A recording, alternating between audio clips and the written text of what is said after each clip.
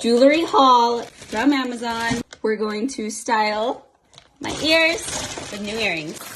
And honestly, I only change out like the bottom earrings maybe once a week.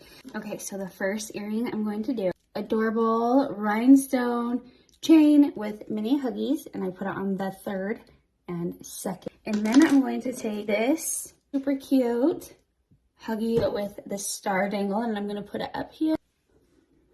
Dainty little hoop, and I'm going to put these ones in on this side.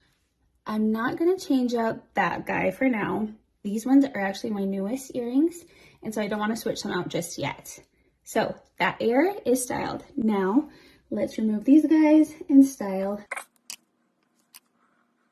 A little technical difficulties. So I finished the earrings. Let me show you what I did. These cute little chain, it comes like this, but you can separate them out so you can do just one cute little oval. I did this star hoop and then a cute little rope hoop.